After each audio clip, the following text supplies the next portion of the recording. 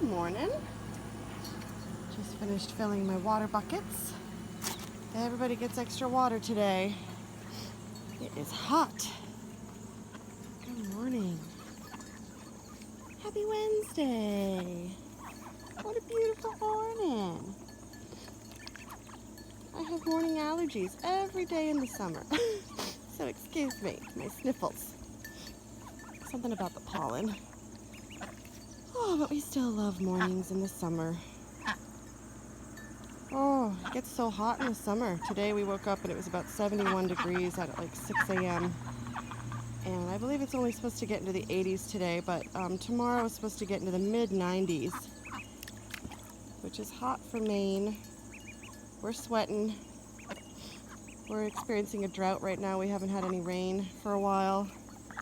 So the yard is getting pretty dry. All the fresh grass that I planted this year is pretty dry. And let me just show you. One of my grapes died from the drought this year, which I've never had happen. That one right there. Dead as a doornail. I don't know if it'll come back next year or if it's just dead forever, but that was a bummer. I had these two beautiful seedless Concord grapes that I planted as baby vines 8 years ago, and now they give me amazing amounts of grapes every year. But the drought is really putting a damper on the grapes. We need more water to produce more fruit. You can tell all the weeds are really dry. Everything is just kind of sad. We just need some rain. And on the forecast it says we might have rain coming in a couple of days. So until then, we just try to keep our animals as hydrated as we possibly can by putting out lots of water. So my little duckies. Hi, girls. You see little Penny? Where's baby Penny? There's a lucky Penny. She loves being in her flock, finally. We've integrated her. She was the last duckling who hatched. I had a couple of really bad incubation hatches. Some failed attempts at incubation, where just a few ducks would hatch at a time, and then my last hatch attempt, only one duckling hatched. Such a bummer. So I had to raise her in the house by herself. I gave her a little stuffed animal for companionship, and then when she was about 2 weeks old, we started bringing her outside on warm days just to get to know the flock, and now she lives out here. She's been staying out in the pen with them at night the last few nights, and she's doing great. Eating like the duckies, and she's drinking like the duckies. Yeah. You think you're a big ducky? Huh? Looking very plump this morning. We had lots of breakfast, huh? Yes. Having a little nap over there. Pretty girl. Pretty duckies. My duckies are going through their molting phase right now, so all of my 1-year-old ducks from last year have lost a lot of their feathers. So they look kind of funny, but they're going to grow them back over the next month or so. And then they'll look like apple yards again. Yeah, you've molted off a lot of your feathers, huh? Yes. So that's what's going on with the duckies this morning. Staying cool in the shade. Good girls. Oh, so sweet. We love our duckies. We really do. We spend a lot of time, not a lot, but anytime we have an extra moment, we'll just stand here and watch the duckies for a moment or two, because they are just so sweet to watch. They have such a nice personality and such a zest for life. And unlike chickens, they just don't have grumpy faces. They have very sweet, happy to know you little faces. Wouldn't you say that's a happy to know you little face over there? I would.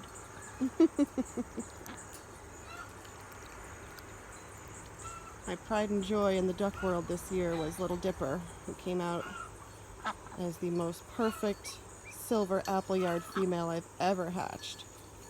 So there she is. Oh, you can even see a little heart in her feathers. Do you guys see that?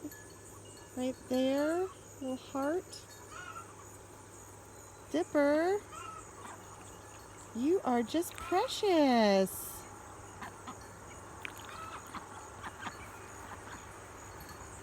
I'm getting a lot of genetic variation, but I'm really breeding for true silver appleyard characteristics, and she is just the most perfect one I've ever hatched.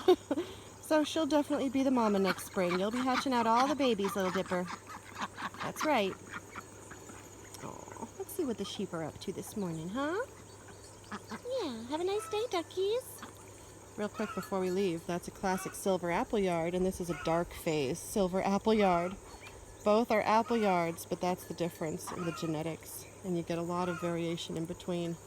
But I'm going for this, not this, even though this is very pretty. I'm going for this. Trying to bring back a critically endangered heritage breed. And they're rare, and it's hard to find them. Yeah. All right, let's go see who's out in the sheep run. I put the sheep run in the backyard today to help us with some weed control because the weeds have gotten up to about 7 foot tall. Right, Coco? You working hard today? Good girl.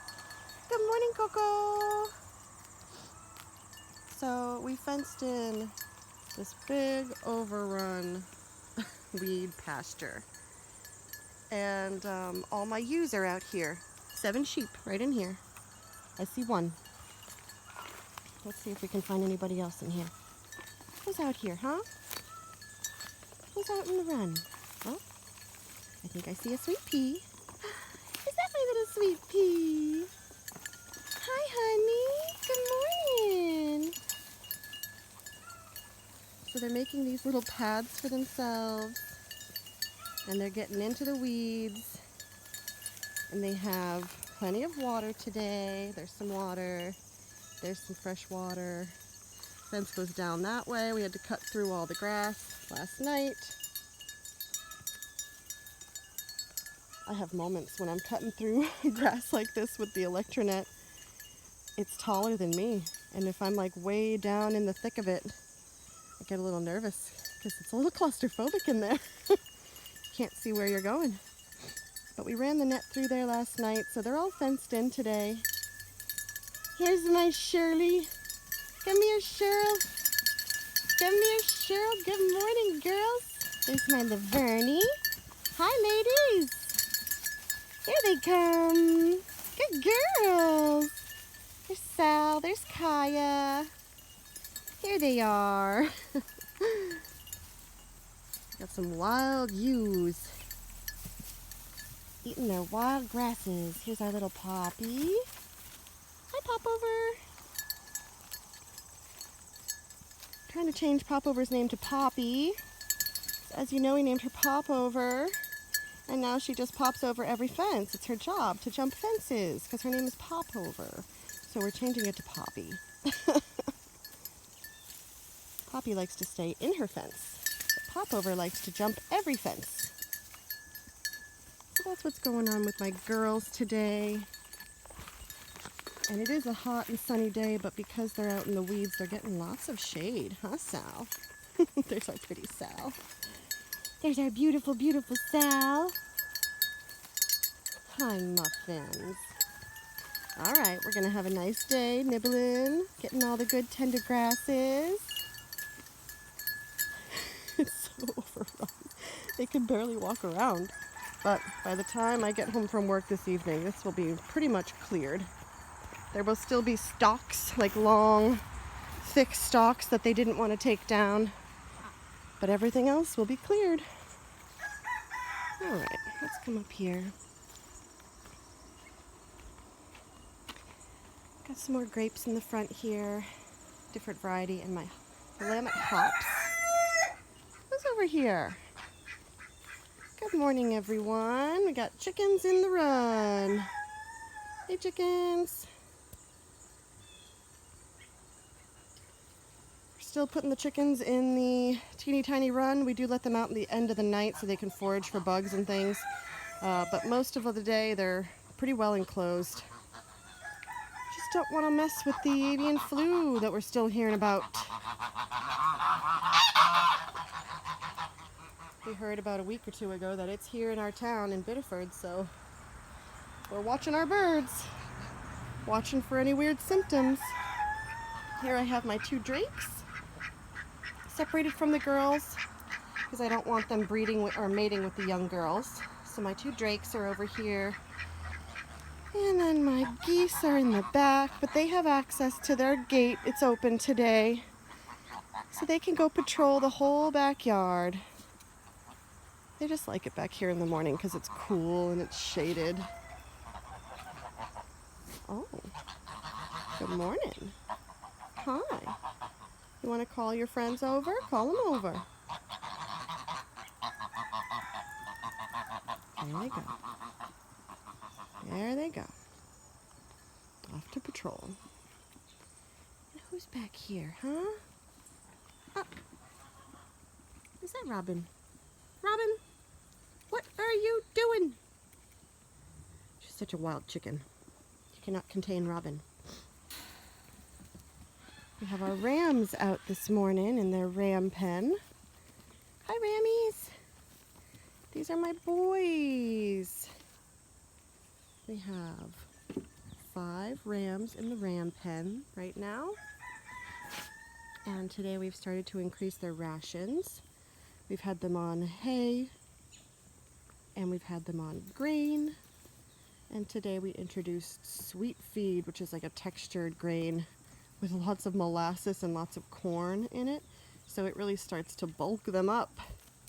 Get some bulky boys to go to freezer camp, huh? Olaf here is our breeding ram, and he is not ever going to go to freezer camp because he is how we get our babies. He's the one that gives us our beautiful lambs every spring. So it'll just be all the little boys that are going to freezer camp in a month or so. We've got, oh hi, good morning, handsome. Come here. Give me handsome Olaf. Yep.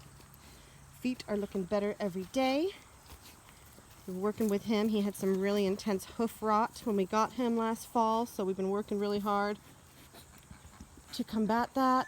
Oh no, not last fall. When did we get you Olaf? This spring? Yeah, we've only had him for about 6 months, 5 months, but we've been working really hard to get his feet in good shape for breeding season. Here we have Patches. That's one of Shirley's ram lambs from this year. And then over here we have Mr. Headbutt Jr. That was Sweet Pea's ram lamb. That's little Mr. Sammy Slice. That was Kaya's lamb. And in the back here we have Chase, and that was Sal's beautiful ram lamb. Thinking about keeping back Chase to breed with Sweet Pea this year because of how little he is. I love that little conformation. And last year when I bred Sal's ram lamb Rodrigo with Sweet Pea, we got the most beautiful, beautiful fiber triplets.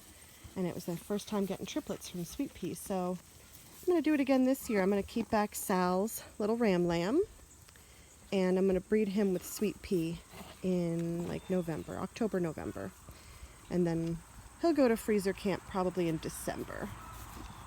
Yeah, that's the plan. And then Olaf here stays on the farm.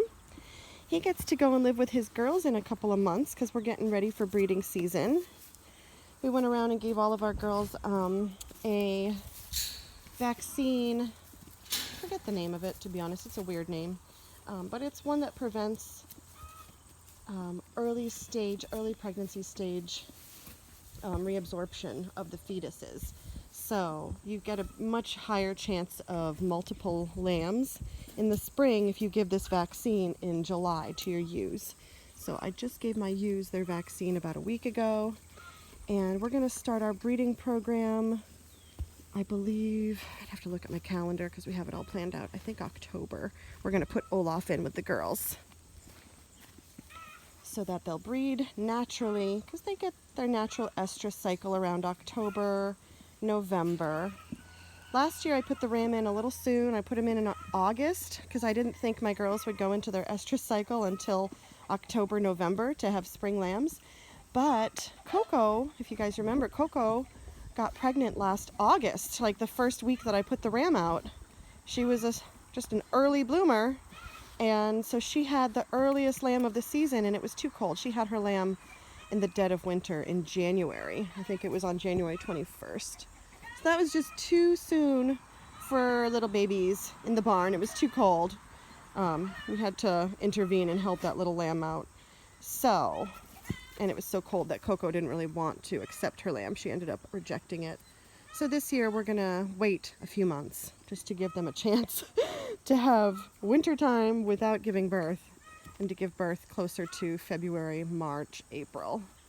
March is my ideal month for giving birth, and it's a 5-month gestation. That's what's going on with our sheep today. Oh my goodness, Robin is just right here. She's part of it. Little sassafras. The world's smallest chicken. That's what's going on the farm. We might be putting a bunch of our chickens up on Craigslist today. We're going to ask our neighbors if they want them, because we're just kind of phasing out chickens. They get everywhere. They're loud. And we just prefer ducks. Simple as that. I know a lot of people love chickens and love their personalities, and I get it. They're great. But we have a lot of animals, so we're going to start downsizing a little bit before winter. And I know it's dead summer, but we're already thinking about winter. You got to think ahead.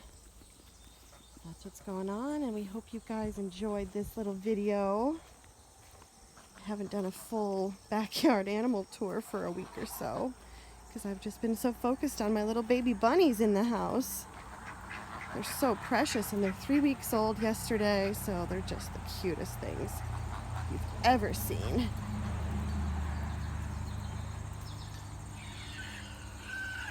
We love you.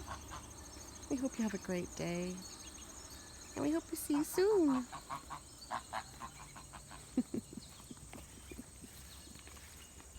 Bye.